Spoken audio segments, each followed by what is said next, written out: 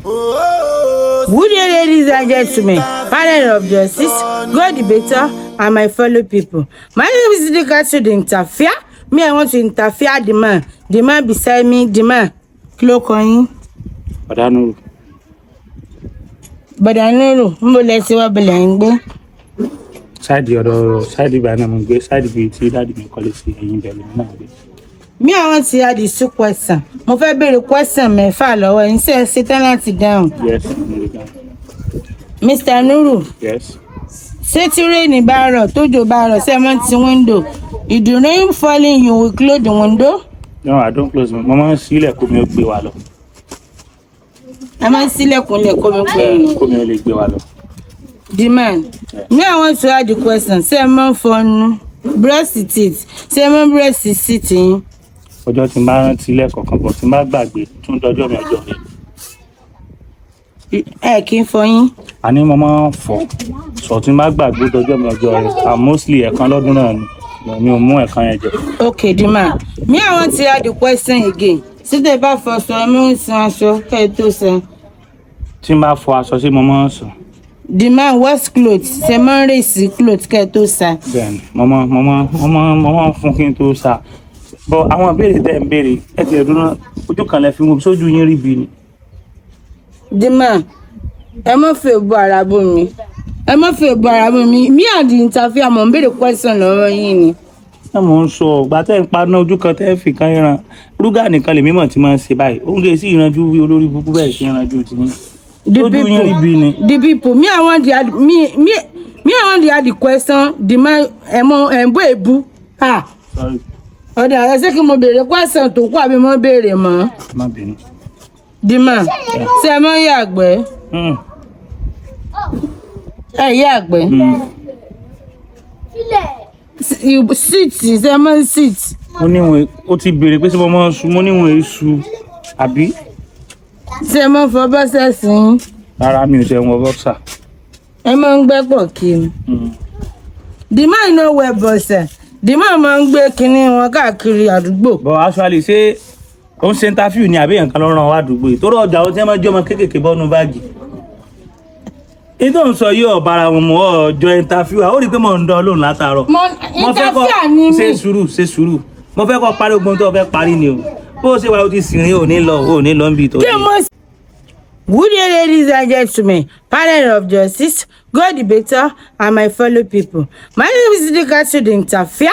Me, I want to interfere the man beside me, the man. Kilo coin. Badanu. Let's see what belong. Side Sabaina mungbe side bi ti daddy mi kọ́lé sí ẹ̀yìn bele na be. Me, I want to add the two question. Mo fẹ́ béèrè question mẹ́fà lọ́wọ́ yín ṣé tán láti down. Yes. Mr. Nuru. Yes. Say tí rain bá rọ̀, tójò bá rọ̀, ṣé mo ti window. If the rain falling, you will close the window? No, I don't close. Mo máa ń sílẹ̀ kó mi ó gbé wa lọ. I máa ń ṣílẹ̀kùn lẹ̀ kó mi pé kó mi ó lè gbé wa lọ.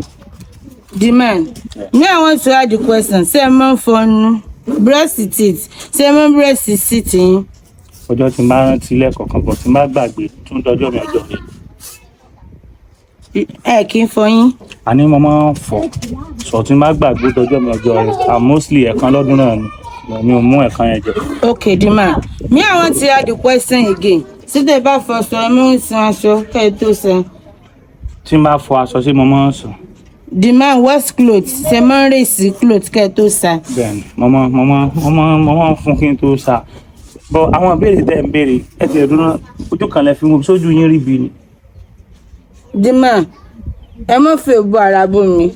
Ẹ má fẹ́ bu ara bò mí. Me and the interviewer mo ń béèrè question lọ́wọ́ yín ni. Ẹ mọ̀ ń sọ ọ̀gbà tẹ́ ń paná ojú kan tẹ́ fi kan ìran. Rúgà nìkan lè mímọ̀ tí máa ń ṣe báyìí. Oúnjẹ sí ìranjú olórí búkú bẹ́ẹ̀ sí ìranjú ti yín. The people, me I want the add the question. The man, ebu. Ah. Sorry. Oda, I say kí mo béèrè question tó kù àbí mo béèrè mọ́. Má bínú. The man, ṣé mo yàgbẹ́. Yàgbẹ́. You sit, ṣé mo sit. Mo níwọ̀n ó ti béèrè pé ṣé mo máa ń sùn, mo níwọ̀n èṣù àbí. Ṣé mo fọ bọ́sẹ̀ sí? Rárá mi ò ṣe wọ boxer. Ẹ máa ń gbẹ́ pọ̀ kí ni. The man no wear boxer. The man máa ń gbé kinní wọn káàkiri àdúgbò. But actually ṣé ó ń ṣe interview ni àbí nǹkan ló ràn wá àdúgbò yìí. Torí ọjà ó ti máa ń jẹ́ ọmọ kéékèèké bọ́nú báàgì. Ìtò ń sọ yóò bára wọn mọ́ ọjọ́ interview. Ó rí pé mo ń dán lóhùn látàárọ̀. Interview ni mi. Ṣe sùúrù. Mo fẹ́ kó parí ogun tó fẹ́ parí ni o. Bó ṣe wà ó ti sìnrìn ò ní lọ ń bí tó. Kí mo ṣàfihàn the man finish. Èmi fẹ́ mọ̀ lọ the man won't lie on my head.